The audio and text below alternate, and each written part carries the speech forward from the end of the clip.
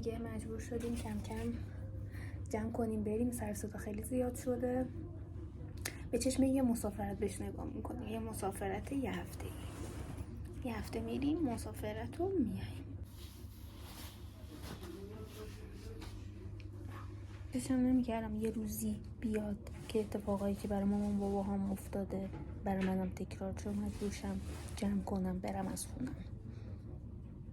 واقعا باورم نمیشه داریم میریم فعلا.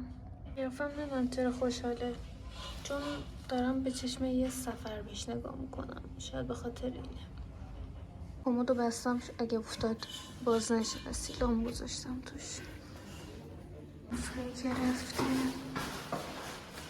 اینم رفته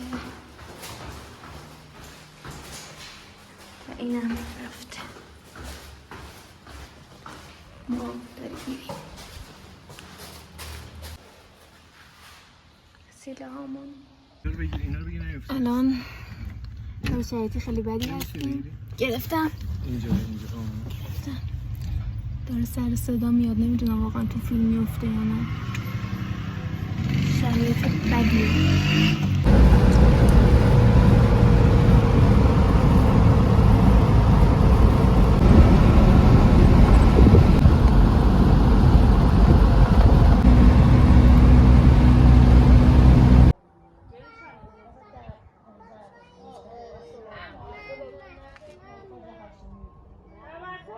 امروز روز دومیه که ما از تهران اومدیم و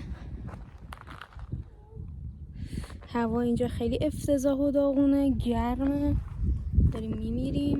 اینم ویوی اینجاست. نمیدونم چقدر میتونیم اینجا دووم بیاریم، شاید برگردیم شاید هم نه. ترسم بهم حمله کنه، یعنی احتمالش هست. امروز روز سومیه که ما از تهران اومدیم. اوضاع اینجا آرومه ولی تهران و جای دیگه اصلا اوضاع خوب نیست. نمیدونم تا کی میتونیم اینجا دووم بیاریم، ولی احتمال زیاد خیلی زود برمیگردیم تهران دوباره. اینم غروب قشنگ.